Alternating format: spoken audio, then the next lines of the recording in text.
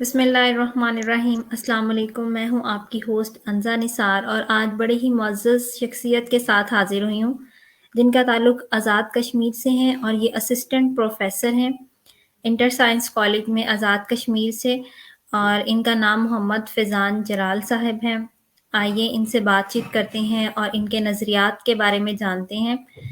السلام علیکم سر۔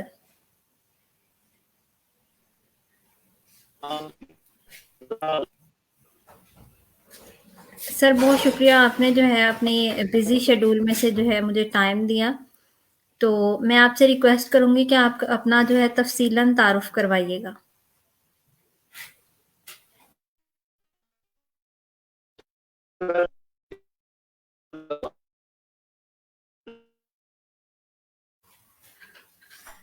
سر آپ کی آواز کلیئر نہیں ہے مجھے۔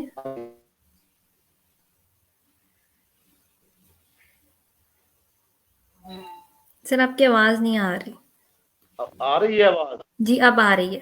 ابھی بھی نہیں آ رہی؟ جی آ رہی ہے، آ رہی ہے۔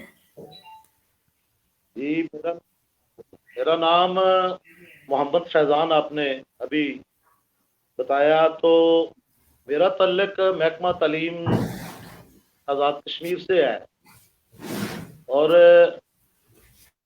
آزاد کشمیر کے ضلع بھمبر تحصیل برنالہ کے ایک گاؤں میں رہتا ہوں۔ میری ابتدائی تعلیم جو ہے وہ لاہور میں government Muslim model high school Lahore Urdu Bazaar میں ہوئی۔ میٹرک کے بعد پھر میں نے بھمبر آ کر اپنے آزاد کشمیر میں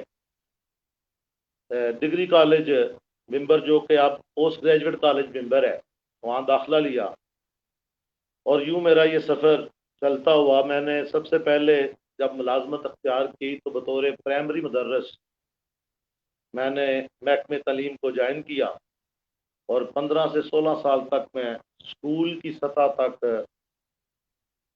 طلباء کو پڑھاتا رہا۔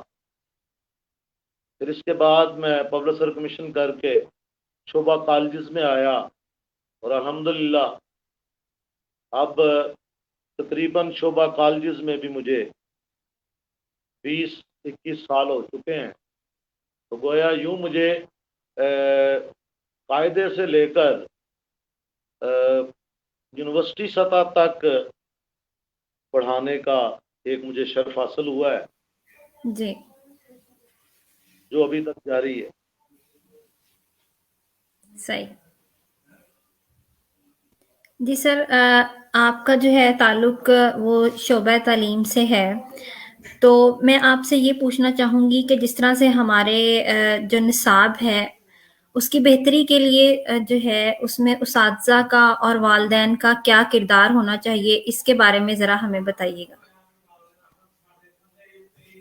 بالکل، نصاب بچوں کی تعلیم و تربیت میں ایک بنیادی حیثیت رکھتا ہے، لیکن بدقسمتی سے ایسا ہے کہ نصاب تعلیم کو ہمارے ہاں جدید تقاضوں کے مطابق ہم مانگ نہیں کیا جاتا۔ میرے خیال میں تو جب بھی نصاب سازی ہو تو اس میں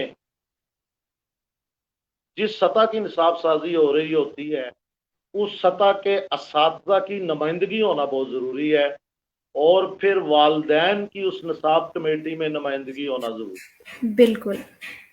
ایسا میرے خیال سے نہیں ہوتا، اور جس کی وجہ سے نصاب میں، اس میں کوئی شک نہیں ہے کہ بڑے ماہرین تعلیم جو ہوتے ہیں وہ اس نصاب کو مرتب کرتے ہیں، لیکن پھر بھی جہاں کہیں جھول رہ جاتا ہے وہاں میرے حساب سے صرف یہی ہے کہ اس تمام پروسیس میں اساتذہ کو، اس سطح کے اساتذہ کو جس سطح کا نصاب تشکیل دینا مقصود ہو، اور والدین کو ساتھ شامل کیا جائے تو بہتر نتائج جو ہیں وہ ہمیں مل سکتے ہیں۔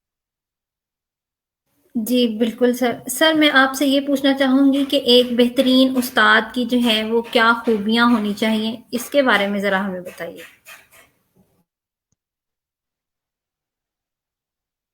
بڑا ہی دلچسپ اور بنیادی سوال ہے، کیونکہ اس سارے پروسیس میں جو بچے کی تعلیم و تربیت کرتا ہے عمل، جی اس میں استاد کو ایک بنیادی حیثیت حاصل ہے۔ بالکل اور ہاں جی بالکل ایسا ہی ہے۔ اور استاد کو کیسا ہونا چاہیے، اس کے لیے میں تھوڑا سا بچے کے حوالے سے بات چیت کر کے آگے بڑھوں گا جی کہ جی جو بچے ہوتے ہیں وہ اپنے استاد سے بہت متاثر ہوتے ہیں۔ جس سطح بالکل میں بھی بچہ آتا ہے، چونکہ میں نے پرائمری کی سطح سے پڑھانا شروع کیا، میرے پاس سب سے پہلے وہ بچے آئے جب میں کالج سے فارغ ہو کر بطور پرائمری مدرس یہاں ہمارے ایک مقامی سکول تھا، گورنمنٹ پرائمری سکول روئی، اس میں جب گیا تو سب سے پہلے کیا دیکھا کہ کوئی کمرہ نہیں ہے، ایک درخت کے نیچے قبرستان میں مجھے جگہ ملی جہاں میں نے بچوں کو اکٹھا کیا، اور وہ اسکول کی ابتدا کی میں نے نیا اسکول بنا تھا پرائمری۔ اب وہاں بچے اکٹھے ہو گئے، کہیں سے مانگ تانگ کے کرسی لی گئی اور میں نے اپنا کام شروع کیا۔ میں نے دیکھا کہ بچے مجھے بڑے غور سے دیکھتے ہیں اور مجھے جو ہے وہ پتہ نہیں بہت بڑا آدمی سمجھتے ہیں۔ میرا چونکہ ابھی تجربہ نہیں تھا، میں نے ابھی کوئی ریفریشر کورس نہیں کیے تھے، اس وقت ایسا ہوتا تھا جب 1983 میں نے یہ سروس جوائن کی تو ٹیچر بھرتی ہونے کے بعد ٹریننگ کے لیے بلایا جاتا تھا۔ اب تو الحمدللہ کہ ٹرینڈ اساتذہ جو ہیں وہ بھرتی ہو رہے ہیں، جن پر میں آگے چل کر بات کروں گا۔ جی تو چونکہ میں کالج سے آیا اور آ کر مجھے پڑھانے کے لیے لگا دیا گیا، اور وہ بھی قاعدے کے بچے جب آئے، کیونکہ پہلی کلاس ہی میں نے شروع کی، جی تو آ بابا آ اور جا بابا جا، مجھے کوئی میتھڈ کا پتہ نہیں تھا، نہ بابا آتا اور نہ جاتا، نہ بچے کو سمجھ آتی، صحیح تو بڑا پریشان ہوا۔ پھر ایسا ہوا کہ مجھے پتہ چلا کہ سب سے مشکل کام تو قاعدے کے بچے کو پڑھانا ہے۔ تو کوئی چند مہینوں کے بعد میرا ایک ریفریشر کورس آ گیا محکمے کی طرف سے، اللہ بھلا کرے ان کا۔ تو وہ 22 دن کا ریفریشر کورس تھا میرا، تو اس میں میرے ایک استاد محترم، اللہ تعالیٰ انہیں صحت و تندرستی عطا فرمائے، وہ ریٹائرڈ صدر معلم ہے چودھری خورشید احمد صاحب، وہ مجھے استاد میسر آئے، تو انہوں نے مجھے پڑھانے کا ڈھنگ سکھایا۔ تو تب پتہ چلا کہ بابا کیسے آتا ہے اور بابا جاتا کیسے۔ واپس آ کے میں نے بچوں کو پھر اس میتھڈ کے مطابق پڑھانا شروع کیا، تو پتہ چلا کہ جب تک استاد کی تربیت نہ کی جائے صحیح معنوں میں، اس وقت تک ہم بچے کو بہتر تعلیم و تربیت نہیں دے سکتے۔ پھر ایسا ہوتا ہے کہ استاد بھرتی جب ہوتا ہے اس وقت بھی ایک بڑا مسئلہ ہے۔ ہمارے دور میں ایسا ہوتا تھا، اب تو والنٹری جو ہے وہ بھرتی ہو رہے ہیں جی اساتذہ، یہ بڑی خوش آئند بات بالکل ہے کہ جب خود کوئی ٹیچر بننا چاہے تو وہ لازمی اس اپنے شعبے سے انصاف کرتا ہے۔ ہمارے دور میں ایسا ہوتا تھا کہ جب کہیں سروس نہیں ملتی تھی تو پھر کیا ہوتا تھا، چلو ماسٹر بھرتی ہو جاتے ہیں۔ وہ چلو ماسٹر بھرتی ہو جانے کا جو جملہ تھا نا، وہ چار و ناچار وہ محکمے میں آتا، اور وہ پھر اس ڈیووشن کے ساتھ آدمی نہیں پڑھا سکتا تھا۔ مجھے اچھی طرح یاد ہے کہ ایک صبح میں 1983 کے کچھ کسی مہینے کی بات تھی، میں تیار ہو جی کر اپنے سٹاپ پر آیا تو میرے ایک عزیز مجھے ملے جو مجھے پہلے بھی ملتے تھے جب میں کالج جاتا تھا۔ کہنے لگے کیا کر رہے ہو جی؟ میں نے کہا جی میں اسکول ٹیچر بھرتی ہو گیا۔ کہنے لگے یہ کڑا کام کیتے، ہمارے پہاڑی میں جو بات ہوتی تھی، یہ جی کیڑا کام کیتے، کدھر لیفٹینٹ بھرتی ہونا سی یا کسی اور محکمے چ تحصیلدار بھرتی ہونا سی، یہ کڑی نوکری ہے۔ میں سوچنے پر مجبور ہوا کہ یہ ایسا شعبہ کہ جس میں ہم نے لیفٹینٹ بھی تیار کرنے ہیں، جس میں ہم نے تحصیلدار تیار کرنے ہیں، جس میں ایک نسل کو جو ہمارا مستقبل ہوتی ہے اس شعبے کے بارے میں یہ نظریات ہیں۔ واقعی ایسے ہی تھے اس وقت۔ تو میں نے اب جوائن جو کیا، میں نے چونکہ یہ سوچ سمجھ کر، اور پہلا ہی انٹرویو دیا صرف اس پوسٹ کے لیے، اس کے علاوہ میں نے کہیں انٹرویو نہیں کیا۔ تو یہ سلسلہ آگے چلا، چلتے چلتے سی ٹی ایک اور تربیتی کورس ہوتا ہے وہ کیا، الحمدللہ پھر مجھے پتا چلا کہ استاد کو ہونا کیا چاہیے. کیا میں نے دیکھا کہ بچے اپنے استاد کی حرکات و سکنات کا پورا جائزہ لے رہے ہوتے ہیں، چاہے وہ میل ٹیچر ہے چاہے وہ فیمیل ٹیچر ہے. اور پھر کیا کرتے ہیں بچے کہ بچے شام کو جب دسترخوان پر بیٹھتے ہیں، یہ پرائمری حصے کی بات کر رہا ہوں جی، جب بچے پرائمری حصے کے جب شام کو دسترخوان پر اپنے والدین کے پاس بیٹھتے ہیں نا، جی، کھانا اکٹھے کھاتے ہیں، تو وہ اپنے والدین سے اپنے استاد کا ہی تذکرہ کرتے ہیں. روزانہ ٹیچر جو ہے وہ ہر گھر میں زیر بحث ہوتا ہے. بالکل. میڈم جو ہے وہ روزانہ گھر میں ہر گھر میں اس کی بات ہو رہی ہوتی ہے. بچے بتاتے ہیں ہمارے سر آج یہ پہن کر آئے تھے، ہمارے سر کے بال ایسے تھے، ہماری میڈم جو تھی وہ اس طرح سے کپڑے پہن کے آتی ہے، پڑھاتے کیسے ہیں اس کا بھی ذکر کرتے، جو سزا دیتے ہیں اساتذہ بے دردی سے ان کا بھی ذکر دسترخوان پہ ہوتا. بالکل. تو میں نے سوچا کہ استاد تو ہر گھر میں نشر ہوتا ہے، تو استاد بننے کے لیے ہمیں محنت کرنی ہے. استاد جی، کو سب سے پہلے تو اپنے سبجیکٹ پر اسے عبور ہونا چاہیے. اس کے لیے کوئی مشکل کام نہیں ہے جی، کہ محنت کرنی ہے، اپنے سبجیکٹ سے متعلق جہاں کہیں سے مواد ملے اسے اکٹھا کرنا ہے. اس لیے کرنا ہے کہ یہ میں نے اپنے طلبا کو منتقل کرنا. اور پھر میں جب لاہور مسلم اڈا ہائی اسکول میں پڑھتا تھا نا، تو اردو بازار میں وہاں قریب بھاٹی دروازہ تھا، وہاں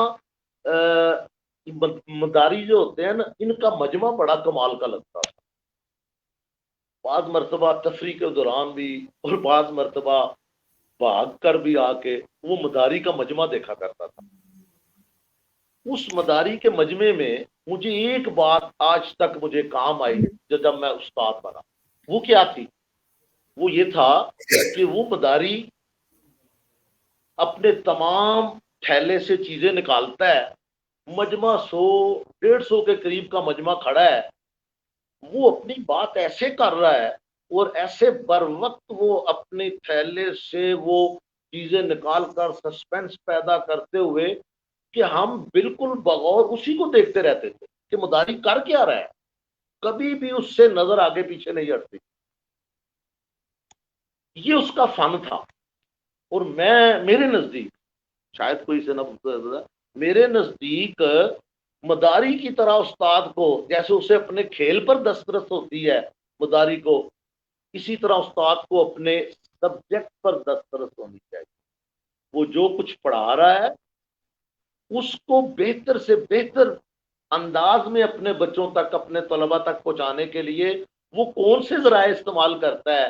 کہیں وہ ماڈل سے سمجھانے کی کوشش کرے گا، کہیں وہ اچھا استاد کہیں وہ مثال دے کر سمجھانے کی کوشش کرے گا. تو جی، گویا وہ مداری پورے مجمع کو ساکت کر دیتا تھا. میں دیکھتا تھا اس میں تو چونکہ آج 7ویں 8ویں 9ویں جماعت کا طالب علم تھا، لیکن وہاں پینٹ کوٹ پہنے ہوئے بھی کھڑے ہوتے تھے بابو ٹائپ، اور پڑھے لکھے ہوں گے لیکن ان کی سب کی نظر اس پر ہوتی تھی.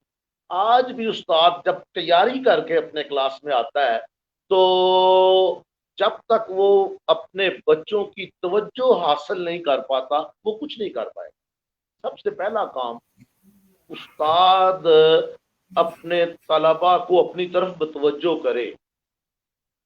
جب چونکہ استاد کلاس روم میں جب ہوگا نا تو بچوں اور استاد کے درمیان ایک مقناطیسی حلقہ بن جاتا ہے. میں تو اسے یہ کہتا ہوں میگنیٹک فیلڈ بنتا ہے. اب وہ جتنی دیر وہ قائم رہتا ہے، بچہ اپنے استاد کی طرف متوجہ رہتا ہے، اس کی بات سمجھ آ رہی ہوتی ہے استاد کی بچے کو. اب پھر آگے کیا ہوتا ہے کہ استاد کے پاس وہ کون سے میتھڈ ہیں کہ وہ مشکل چیزوں کو جو بچہ پہلے نہیں جانتا تھا اسے آسان کر کے ان تک پہنچائے تاکہ بچہ ان چیزوں کو سمجھ سکے. تو گویا بات لمبی ہو گئی، کہ استاد کو ماڈل نمونہ ہونا چاہیے. بہت سی باتیں جو معاشرے میں عام آدمی کرے تو اسے کوئی کچھ نہیں کہتا، لیکن استاد سے اگر وہ باتیں سرزد ہوں تو اس پر انگلی اٹھتی ہے. استاد کو اس سے پرہیز کرنا. جی بہت خوب سر، آپ نے بڑی تفصیل سے جو ہے ہمیں ایک استاد، بہترین استاد ہونے کی جو ہے وہ ٹپس بتائی ہیں کہ اس طرح سے جو ہے ہونا چاہیے. اور بالکل آپ نے اس میں یہ بات بھی صحیح کی کہ دسترخوان پہ جو ہے وہ بچے ڈسکس کرتے ہیں اپنی ٹیچر کو، بلکہ کچھ بچے تو اپنی ٹیچر کو بالکل آ کے جو ہے وہ کاپی کرتے ہیں کہ اس طرح سے وہ پڑھاتے ہیں، اس طرح سے جو ہے وہ لیسن ہمیں دیتے ہیں. بالکل آپ نے یہ بات بہت درست کی. تو اسی کے ساتھ میں آگے بڑھنا چاہوں گی آپ سے. میرا اگلا سوال یہ ہے کہ آج کل کے جو بچوں پہ اتنا مطلب ایک دوسرے سے آگے بڑھنے کا، کمپٹیشن کا جو ہے وہ سلسلہ جاری ہے، تو اس میں بچوں کو اوور برڈن کر دیا گیا ہے پڑھائی کے معاملے میں. جو ہے وہ کہ ان پہ بہت زیادہ برڈن ہے جو چھوٹی کلاسز کے بچے ہیں. تو اس کے حوالے سے آپ کیا کہنا چاہیں گے؟ آپ کی رائے ہمیں چاہیے. آپ کا بڑا اچھا سوال ہے.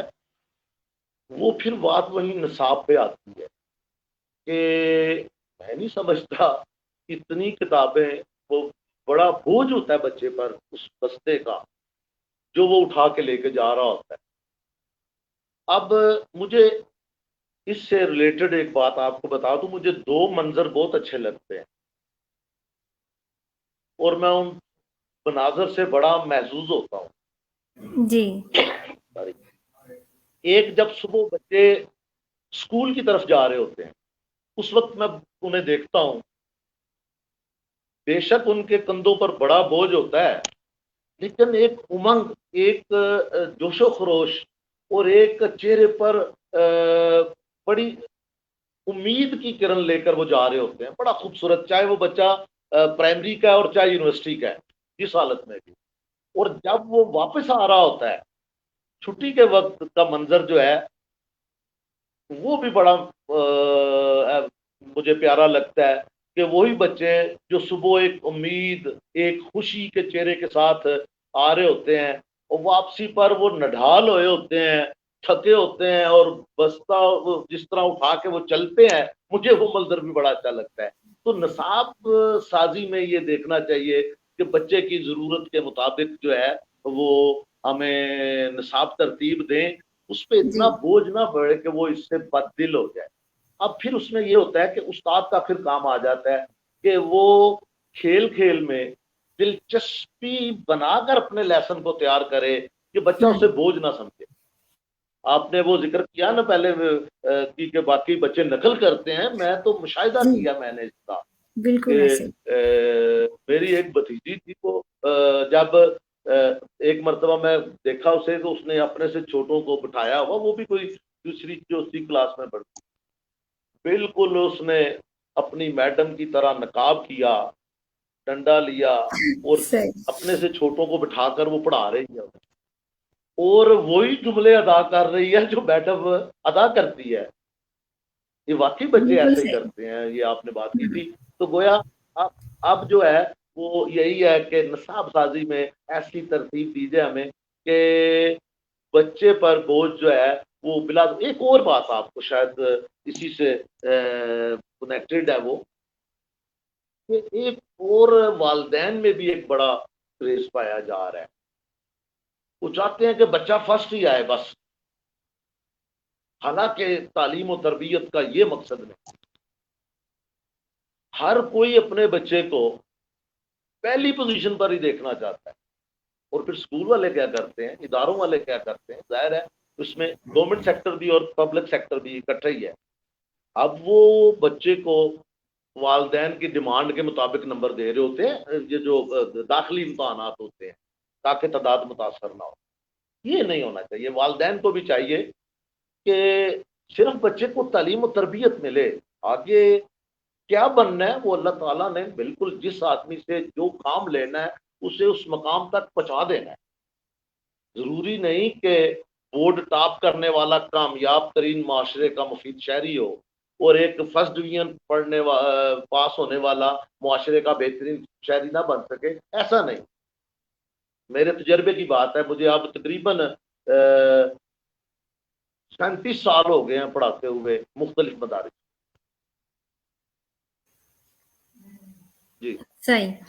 جی سر، یہاں پہ جو ہے ہمارے پاس احمد شکیل صاحب ہیں. انہوں نے کہا ہے کہ بچوں پر نصاب کا بے تحاشا بوجھ ہے. بوجھ ان سے ان کا بچپن تو نہیں چھین رہا، کیا وہ دوسروں سے آگے بڑھنے کی دوڑ میں کہیں پیچھے تو نہیں رہ رہے؟ نصاب تعلیم کے اس بے تحاشا بوجھ کی کمی کے لیے آپ کی رائے درکار ہے. ہاں جی، یہی میں نے کہا نا، وہ نصاب کا جو بوجھ ہے وہ جی چاہیے کہ جو نصاب کمیٹی ہے جب تک اس سطح کا استاد اور والدین اس کمیٹی میں شامل نہیں ہوں گے، اس وقت تک ہم بہتر نصاب بچے کی ذہنی سطح اور عمر کے درجہ بندی کے حوالے سے ہم وہ نصاب مرتب نہیں کر سکتے. یہ نصاب بنانے والے پھر ایک اور ہوتا ہے کہ ہمیں ہمارے اداروں میں بھی ایسا ہوتا ہے، اور حالانکہ بڑا کام کر رہے ہمارا پرائیویٹ سیکٹر جو ہے وہ اس نے پوری ملکی سطح پر جو ہے وقت میں تعلیم کو ایک بڑا سہارا دیا ہوا ہے، لیکن کتابوں کا بوجھ جو ہے وہ میں دیکھتا ہوں کہ وہاں بہت زیادہ ہوتا ہے. بہت غیر ضروری کتب جو ہیں وہ لگائی ہوتی ہیں، جس کی وجہ سے بچے کی اصل شخصیت جو ہے وہ متاثر ہوتی ہے. کہ بچے کو آج کل یہ موقع نہیں مل رہا کہ اس کی شخصیت کے تمام پہلو جو ہیں وہ اجاگر ہوں. میرا اس میں اپنا ذاتی تجربہ، جب میں کالج کی طرف آیا اسکول سے، تو یہ 2001 کی بات ہے کہ میں نے پبلک سروس کمیشن کا امتحان پاس کر کے جی. محکمہ تعلیم شعبہ کالجز کو جوائن. تو ہوں. اس میں مجھے الحمدللہ کمپٹیشن والے بچوں کو پڑھانے کا اتفاق ہوا. تو وہاں بچہ نصاب رٹ لیتا تھا، اس میں کوئی شک نہیں، نمبر بھی وہ 1000+ لے لیتا تھا، بورڈ کی پوزیشن بھی لے لیتا تھا، جی لیکن اسے اس نصاب سے ہٹ کر کوئی بات کرنی پڑے تو وہ نہیں کر سکتا. اس کے لیے دیکھیں نا، ہم اساتذہ پڑھاتے ہوئے بھی ہم کچھ سیکھ رہے ہوتے ہیں. میں سمجھتا ہوں آج 37 سال کے بعد بھی میں نے بہت سی چیزیں جو مجھے کرنی چاہیے تھی میں نہیں کر سکا، اور ہوں. اب میں کہتا ہوں کہ ایسا ہو. لہذا یہ جو بچے کی شخصیت جو دب جاتی ہے وہ اسی صورت میں دبتی ہے کہ بے جا بوجھ نصاب کا اور غیر ضروری اس پر توقعات رکھنا، اس ہوں. کی تعلیم تو ہو رہی ہے، تربیت نہیں ہو رہی. یہ بالکل فقدان ہے ہمارے. بالکل صحیح کہا آپ نے. بالکل سر، آپ نے صحیح کہا.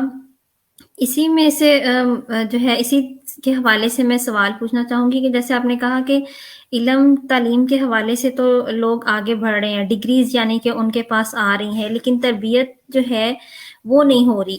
تو تربیت کے حوالے سے کس طرح سے ان کو جو ہے ان کی تعلیم کے ساتھ تربیت بھی ہو، اسکول میں ہی یا کالج میں ہی یا یونیورسٹی میں ہی، تو اس حوالے سے کیا جو ہے آپ بالکل جو ہے وہ رائے دینا چاہیں گے؟ جی بالکل. دیکھیں جی، تربیت کے حوالے سے ایک بات ہے، بلکہ تعلیم اور تربیت دونوں کے حوالے سے، کہ سب سے پہلا مدرسہ جو ہے بچے کا وہ ماں کی گود ہے. بالکل. اب میں بات کروں گا بحیثیت والدین کے، کیونکہ میں بھی ایک گھر ہے، میرے بچے ہیں، تو بحیثیت والد میں یہ بات کروں گا کہ ہم میں بہت سی خامیاں پائی جاتی ہیں. تعلیم و تربیت کا آغاز ہی گھر سے ہوتا ہے.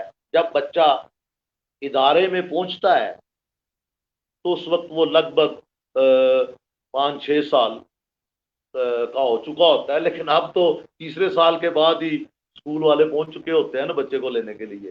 میں اپنے دور کی بات کر رہا ہوں کہ 5-6 سال کی عمر میں، تو اتنا عرصہ جب وہ گھر میں رہتا ہے نا، تو گھر میں اسے کیا ماحول ملتا ہے اس پر بات کرنی ہے نا، کیونکہ جی تربیت وہاں سے شروع ہوتی ہے. جی بالکل. وہاں ہم کیا کرتے ہیں، بچہ بچہ بڑا ہو رہا ہے، اس کے سامنے اور وہ دیکھو اس وقت بھی بچے کی سیکھنے کی صلاحیت بہت تیز ہوتی ہے. گھر میں ہم ایسا کرتے ہیں کہ جھوٹ سکھانا شروع کرتے ہیں غیر ارادی طور پر. خود ہی بچہ دیکھ رہا ہوتا ہے. ابو نے کہا کوئی باہر آیا, اس نے دروازہ ناک کیا تو اندر بیٹا آ گیا, بچہ آ گیا, اس نے آ کے کہا ابو کو باہر بلا رہا ہے. ابو خود کہہ رہا ہے تو کہو ابو گھر پر نہیں ہے.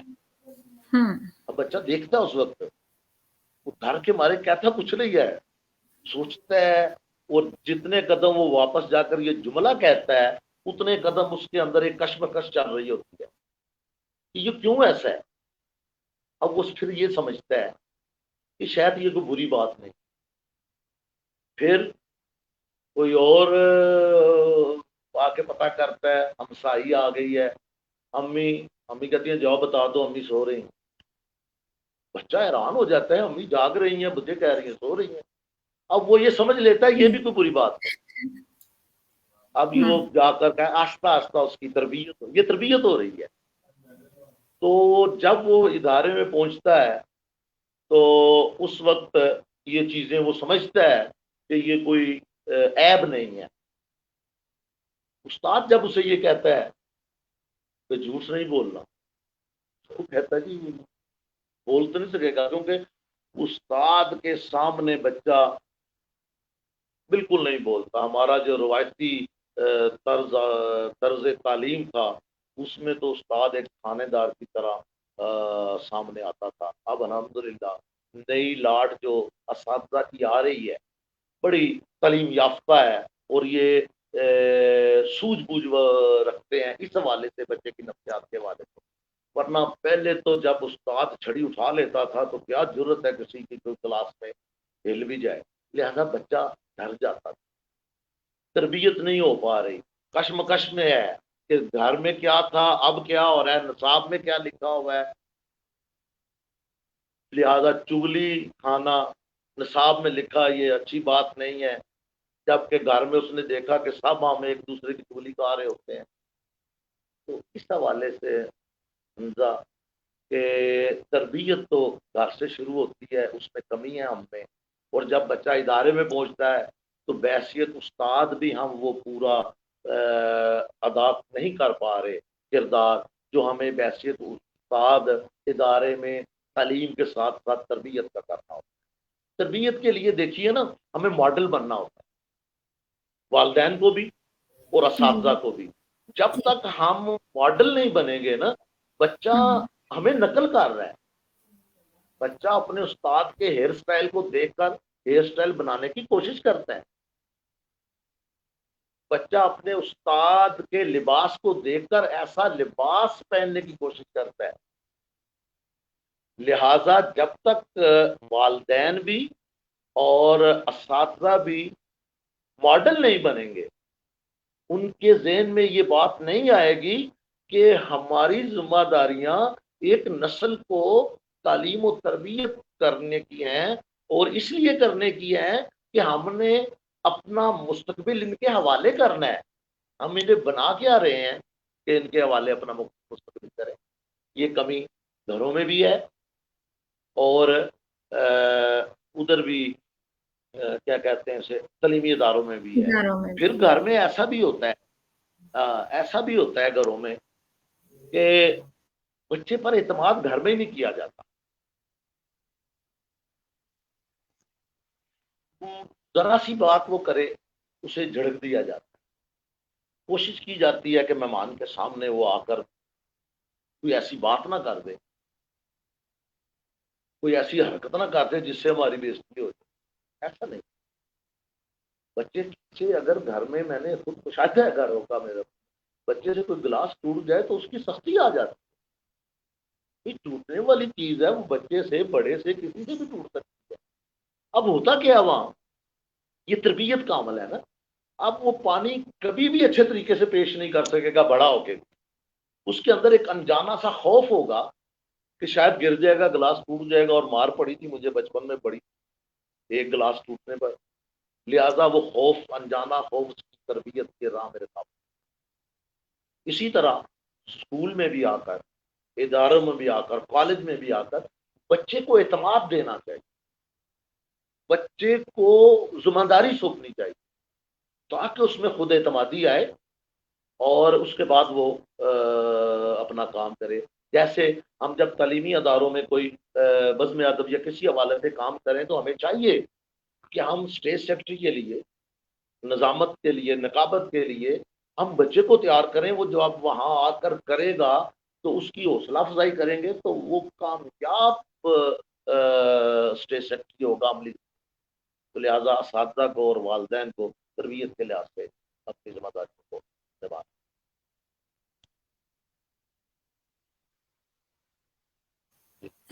جی بالکل سر، یہاں پہ پھر سے انہوں نے جو ہے سوال کیا، تعلیمی ڈگریز حاصل کرنے کے بعد تربیت کی کمی کے باعث ہم اہل معاشرے کے لیے سود مند ثابت نہیں ہوتے، جو لمحہ فکریہ ہے جس کی ذمہ دار والدین کے ساتھ اہل معاشرہ۔ انہوں نے اپنی رائے پیش کی ہے شکیل صاحب نے، اور اسی کے ساتھ جو ہے ہم محمد عمران ہیں، انہوں نے کہا ہے کہ زیادہ تر لوگ تعلیم جو ہے وہ 10th کلاس کے بعد چھوڑ دیتے ہیں، اس لیے کہ انہیں نوکری، ان کا یہ کنسیپٹ ہوتا ہے کہ کون سا نوکری ملنی ہے، تو بچوں کو جو ہے کہیں کہ ہر چیز نوکری ہی نہیں، میٹرک کے بعد بھی تعلیم حاصل کریں۔ اور میرا تو خیال ہے کہ اب جو ہے لوگ میٹرک کے بعد بھی اپنی تعلیم جاری رکھتے ہیں، تو اس حوالے سے آپ جو ہے ان کے سوال کا جواب دیجیے گا۔ جی جی بالکل، عمران بیٹے نے اچھا سوال کیا ہے۔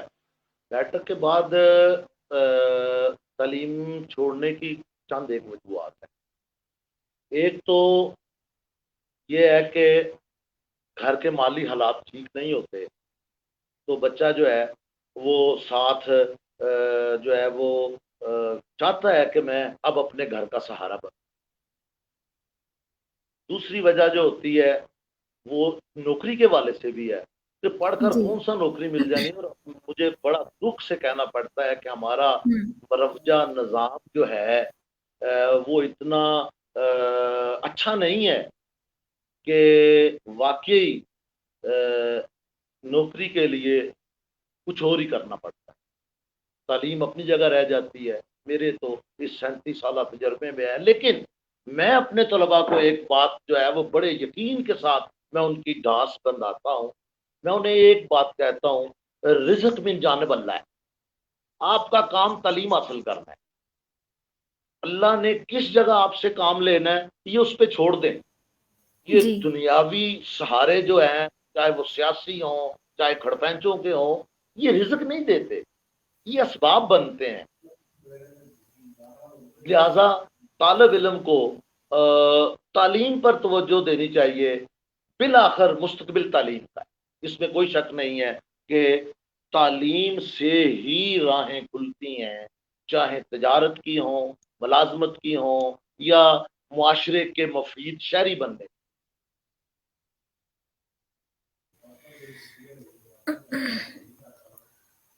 جی سر، سر محمد عمران جو ہے انہوں نے پھر کہا ہے کہ آج کل زیادہ تر لوگ سرکاری اسکول میں بچوں کو بہت کم داخل کرواتے ہیں، اس کی کیا وجہ ہے؟ اس کی وجہ اب تفصیل سے بات اس پر ہو سکتی ہے۔ میرے ہاں ادھر علاقے میں اپنے علاقے کی بات کروں گا جی بالکل۔ کہ نظام تعلیم میں ہمارے اس پورے سسٹم میں خرابی اوپر ہے، جبکہ ہم خرابی نیچے تلاش کر رہے ہیں استاد کے پاس۔ سرکاری اداروں میں اس لیے نہیں پڑھایا جا رہا، میں نے پہلے بتایا تھا کہ جب میں پرائمری اسکول کی ابتدا کی اپنے ادھر گاؤں میں، تو وہاں میں نے ایک درخت کے نیچے ابتدا کی۔ حکومت سہولیات دینے میں ابھی تک پوری طرح جو ہے وہ کامیاب نہیں ہو سکتی، نمبر ایک۔ نمبر دو، ہمارے ہاں فیشن ہے والدین میں، بحثیت والدین میں بات کرتا ہوں، کہ ہم چاہتے ہیں کہ ہمارا بچہ انگریزی اسکول میں پڑھے۔ اب انگریزی اسکول کا پتہ کیا تصور ہے؟ ہر وہ اسکول انگریزی ہے جو پرائیویٹ ہے، اور ماؤں میں یہ ہوتا ہے کہ آپس میں جب بیٹھتے ہیں محلے میں عزیز و اقارب، تو ماں صرف یہ کہتی ہے میرا بچہ تو فلاں پرائیویٹ اسکول میں پڑھتا ہے، میں تو 2000 فیس دیتی ہوں، اس میں فخر کرتی ہے۔ حالانکہ اسی کے بالکل گاؤں میں ایک پرائمری اسکول جو ہے وہاں ایک ٹیچر بہت اچھی تعلیم دے رہے ہو۔ آج میں اپنے گاؤں کے پرائمری اسکول کا ذکر کرنا ضروری سمجھوں گا کہ ہمارے گاؤں میں پرائمری اسکول ایک مثالی اسکول رہا، اور جب مختلف پرائمری اسکولوں میں چند چند طلباء ہوتے تھے، اس وقت بھی میرے گاؤں کے پرائمری اسکول کی تعداد 150 سے زیادہ ہوتی۔ کیا تھا کہ وہاں جو استاد تھے اس وقت، میں ان کا نام ضرور لوں گا، آج بھی بہت اچھے استاد ہیں وہاں، وہ تسلسل چل رہا ہے، ملک الیاس صاحب تھے، تو بڑی محنت سے پڑھاتے تھے۔ جب استاد گورنمنٹ اداروں میں، گورنمنٹ چیزوں میں محنت سے کام کرے گا تو بچے ہر صورت آئیں گے، کوئی اس میں شک نہیں ہے کہ بچے نہ آئیں۔ اس کی مثال میں اسکول سے لے کر کالج میں جاتا ہوں۔ میں چونکہ یہاں اپنے قریبی college government degree college Barnala میں بھی رہا ہوں، یہاں ہمارے سٹاف نے بڑی محنت کی۔ ایک وقت تھا کہ ہمارے سائنسز میں پری میڈیکل گروپ میں اور پری انجینئرنگ گروپ میں 4-5 بچے ہوتے تھے داخل، 2 پری میڈیکل کے ہو جاتے، کوئی 6-7 پری انجینئرنگ۔ ہمارے پرنسپل صاحب اللہ تعالیٰ انہیں سے تندرستی عطا کرے، ریٹائر ہو چکے ہیں، پروفیسر اقبال صاحب، انہوں نے ایک دن میٹنگ کر کے اپنے سٹاف سے بات کی، یاد یہ تعداد لمحہ فکری ہے کہ یہ پرائیویٹ سیکٹر کی طرف جا رہی ہے، تو کیا کیا جائے؟ کرنا کیا تھا؟ پرنسپل صاحب نے ایک ہی ٹارگٹ دیا کہ یار کام کرو، محنت کرو، اور پھر اساتذہ نے، تمام سٹاف نے محنت کر کے اسی ادارے کو اس سطح تک پہنچایا کہ اسی ادارے نے جہاں پری میڈیکل میں ایف ایس سی میں صرف 2 یا 3 طالب علم ہوتے تھے، بلکہ ایک سال ایسا آیا کہ ایک ہی طالب علم تھا، اور پروفیسر صاحب اسے موٹر سائیکل پہ بٹھا کے لایا کرتے تھے خود۔ پھر اس ادارے میں بورڈ کی، تعلیمی بورڈ میرپور میں 12ویں پوزیشن حاصل کی۔ پھر ایسا ہوا کہ داخلے کے لیے میرٹ لگا، 850 کا نمبر لینے والا میٹرک میں پری میڈیکل میں داخل کیا گیا، اور اس ادارے میں پھر پری میڈیکل اور پری انجینئرنگ میں طلباء کی تعداد 130 تک گئی۔ بچے داخل کراتے ہیں والدین، اور آج بھی اس تسلسل کو گورنمنٹ کالج برنالہ کے اساتذہ نے قائم رکھا ہوا، لیکن اس کے لیے 3-4 سال بڑی محنت کرنا پڑی تھی، زیرو سے سٹارٹ لینا پڑا تھا۔ گورنمنٹ کالج، گورنمنٹ اسکولوں میں بچے آج بھی والدین آتے ہیں، اگر ہم اپنا کام صحیح کریں اور ہمیں صحیح ماحول ملے کام کرنے کے لیے، تو استاد آج بھی کام کرنا چاہتا ہے۔ بدقسمتی سے ہمارا جو نظام ہے اس سارے سٹرکچر کا، تعلیم و تربیت کا، اس میں استاد کے لیے بہت سی رکاوٹیں ہیں، جس وجہ سے گورنمنٹ اداروں پر عوام کا اعتماد کم ہو جاتا ہے۔